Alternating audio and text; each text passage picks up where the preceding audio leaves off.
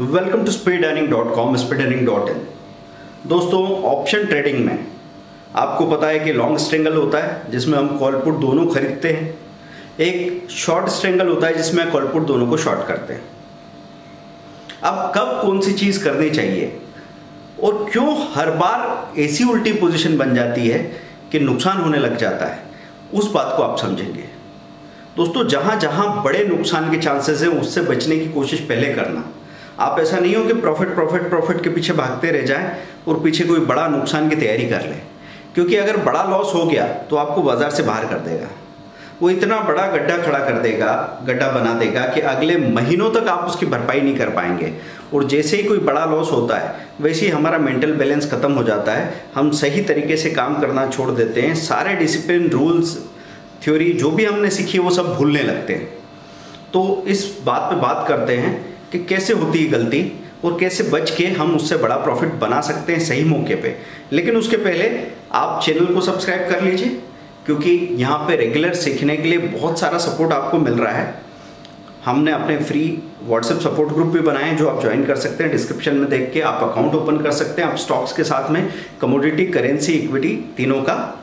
और असली बात क्या है कि बहुत सारे वीडियो कोर्सेज है, पेड वीडियो कोर्सेज हैं। आप कोई सा भी लेके ज्वाइन करें तो फ़ायदा ही फ़ायदा है। हर वीडियो कोर्स में 5500 के कोर्स में 10 पावरफुल स्ट्रेटेजी होती है, लेकिन कैप्सूल कोर्स में हम सीखेंगे एक बार में एक स्ट्रेटेजी 699 में। चलिए अभी बात करें हम कि लॉन्ग स्ट्रेंगल में क्या गलती हो जाती है। लॉन्ग स्ट्रेंगल कब बनाना चाहिए, कॉल पुट की बाइंग का कॉम्बिनेशन कब बनाना चाहिए। हमने बताया कि बाइंग तब करनी चाहिए जब आपको आगे बहुत बड़े मूवमेंट आने के चांसेस दिखते हो।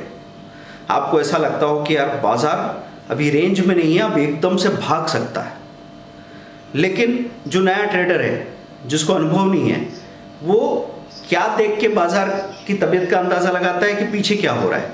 तो पिछले 5 दिन से उसको रेंज ही रेंज दिख रही है। अब हमने कहा है कि जब रेंज हो तब आपको कॉल पुट शॉर्ट सेल करने चाहिए। तो उन्होंने देखा पिछले 5 दिन से रेंज है, उन्होंने कॉल पुट शॉर्ट सेल कर दिया। अब गलती क्या हो गई कि रेंज तो पिछले 5 दिन से, इसका मतलब कभी भी अचानक से बड़ा मूवमेंट शुरू हो सकता है।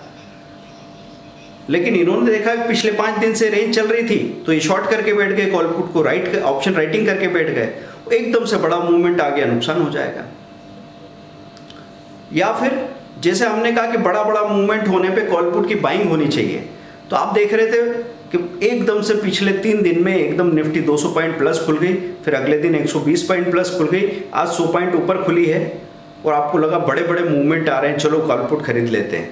कॉल और पुट निफ्टी के लेके आप बैठ गए और अगले 3-4 दिन के लिए बाजार उधर ही घूमने लगा, 50-60 point plus minus, 50-60 point plus minus. तो आपकी प्रीमियम जो भी आपने दी थी ना कॉल और पुट की, वो घटते घटते आधी हो जाएगी। अब आप कहेंगे ये तो धोखा हो गया, तो मैंने पीछे देखा कि इतने दिनों से 4 दिन से मूवमेंट आ रहा है, इसलिए तो मैंने बाइंग की कॉम्बिनेशन बनाई। लेकिन इसमें जो बारीकी है उसको समझें। मूवमेंट अगर पीछे 3-4 दिन से बड़ा बड़ा आ रहा था तो क्या ये लगातार मूवमेंट हो सकता है? नॉर्मली नहीं। हाँ, कभी निफ्टी अपने 52 हफ्तों के हाई लो को तोड़ती है, या अभी कोविड-19 जैसी घटना आई, ऐसे बड़े क्राइसिस में 20-20 दिन तक लगातार निफ्टी में बड़े मूवमेंट आते रहे। लेकिन ऐसा कितने सालों में एक बार होता है? 5 साल 10 साल में एक बार होता है। तो ये रेगुलर मूवमेंट नहीं है। आपको क्या देखना है, 3-4 दिन के बड़े मूवमेंट के बाद रेंज बाउंड होने की संभावना बनती है। तो वो जो बड़ा मूवमेंट हो जाए तो आप बिल्कुल ध्यान रखना कि बाजार रेंज बाउंड हो सकता है। पेपर में एक बार आप दूर दूर के कॉल पुट को शॉर्ट सेल करने की पोजीशन लिख लेना। आपने देखा कि निफ्टी भाग के 8700 से 9200 आ गई। तो 9200 पे निफ्टी अभी खड़ी है, तो 9000 का पुट और 9400 का कॉल, इनका रेट लिख के रख लिया। और देखो अगले 2-3 दिन में आपको पता लगेगा 15-20% का प्रीमियम टूट गया। और आपने अगर ऑप्शन राइटिंग की होती, मतलब 70 रुपये में ये कॉल बेचा, 60 रुपये में पुट बेचा, टोटल 130 पॉइंट में बेचा था, आपको 100 रुपये दिखने लगे 3 दिन बाद। क्योंकि मूवमेंट तो हो चुका है, तो वही मूवमेंट लगातार 6 दिन तक कंटिन्यू नहीं हो सकता। तो मूवमेंट के बाद संभावना किसकी बनती है? रेंज की। और रेंज जब 5 दिन से रेंज आ चुकी है तो आगे संभावना किसकी बनती है? बड़े मूवमेंट की। मूवमेंट और कहाँ कहाँ हो सकते हैं? जब भी कोई ऐसी घटना हो, इवेंट होती है ना, आप फाइनेंशियल इकोनॉमिक कैलेंडर में चले जाइए, आप गूगल सर्च में लिखिए economic calendar, moneycontrol.com, win.investing.com, forexfactory.com, तो वहाँ पे डाटा आता है, कोई फाइनेंशियल डाटा आता है। तो हम RBI की पॉलिसी की बात कर लें, रेपो और रिवर्स रेट की बात कर दें, है ना, IIP नंबर्स की बात कर लेते हैं, और कहीं पे किसी हेवी वेट स्टॉक का रिजल्ट आ रहा हो, या फिर बजट का दिन हो, या कोई भी ऐसी चीज़ जो बहुत सेंसिटिव है, एकदम से बड़े बड़े मूवमेंट आ सकते हैं, और उसके पहले रेंज बनी हो तो सोने पे सुहागा, क्योंकि जितनी टाइट रेंज होती है उतना ही बड़ा ब्रेकआउट होने के चांसेस होते हैं। अंदर ही अंदर वो मूवमेंट पक रहा होता है। तो जैसे ही ब्रेकआउट होगा, या तो पॉजिटिव ब्रेकआउट होगा, निफ्टी भाग के रेंज को तोड़ के ऊपर जाएगी, या नेगेटिव ब्रेकआउट होगा, निफ्टी लुढ़क के उस रेंज को तोड़ के नीचे चली जाएगी। तो हमेशा रेंज हो जाए अगर 5-6 दिनों की, तो आपको क्या देखना है? आपको वहाँ पे कॉल और पुट की बाइंग ये सोच के करनी है कि रेंज तो हो चुकी, अब किसी भी पल मूवमेंट आ सकता है, और रेंज होने की वजह से इनके प्रीमियम भी करेक्ट हो चुके हैं। मतलब आपको ऐसे हिस्टोरिकल डाटा में जाके देखेंगे तो आपको पता लगेगा 5 दिन पहले बैंक निफ्टी का ये कॉल 300 का था, ये पुट 250 का था, 300 प्लस 250 550 का टोटल था। गिरते गिरते गिरते ये 5 दिनों में 410 दिखने लगा है। ठीक है, तो वहां से गिर के 240 पॉइंट 230 पॉइंट आपका प्रीमियम करेक्ट हो चुका है। अब यहां पे कॉल पुट को बेचना बनता है या खरीदना बनता है? ऑप्शन की राइटिंग बनती है या ऑप्शन को बाय करने का कॉम्बिनेशन होना चाहिए? तो आपने देखा है पिछले 5 दिन में अगर प्रीमियम करेक्ट होके यहाँ आ चुकी है और 5 दिन से ये लगातार रेंज बाउंड है, तो चांसेस क्या बनते हैं? कभी भी मूवमेंट शुरू हो जाएंगे, और प्रीमियम तो ऑलरेडी करेक्ट हो ही चुकी है। तो आपको वहाँ पे कॉल और पुट को बाइंग करने का कॉम्बिनेशन बनाना चाहिए, और जब मूवमेंट आ जाए तो आपको पता लगा कि 410 का वो कॉम्बिनेशन हो गया 510 520 का, दोनों को बेच दो। मूवमेंट के बाद फिर आप वीकली लेवल पे, जब हम बोलते हैं ना आपको कि हर थर्सडे को आप निफ्टी बैंक निफ्टी के ऑप्शन राइटिंग की पोजीशन बना सकते हैं, और 2 दिनों के अंदर जो भी प्रॉफिट मिल रहा है, छोटा छोटा प्रॉफिट बार बार मिलेगा, लेके बाहर आ सकते हैं। क्योंकि ऑप्शन राइटिंग बहुत रिस्की होती है, वहाँ पे अनलिमिटेड रिस्क है। ऑप्शन राइटिंग लोगों ने ऐसा फार्मूला बना के करनी शुरू की कि भाई बस आप तो बेच दो शुरू से, तो हमेशा पैसा मिलता रहेगा। ऐसा हुआ भी, 2 महीने 3 महीने तक लगातार पैसा मिलता रहा।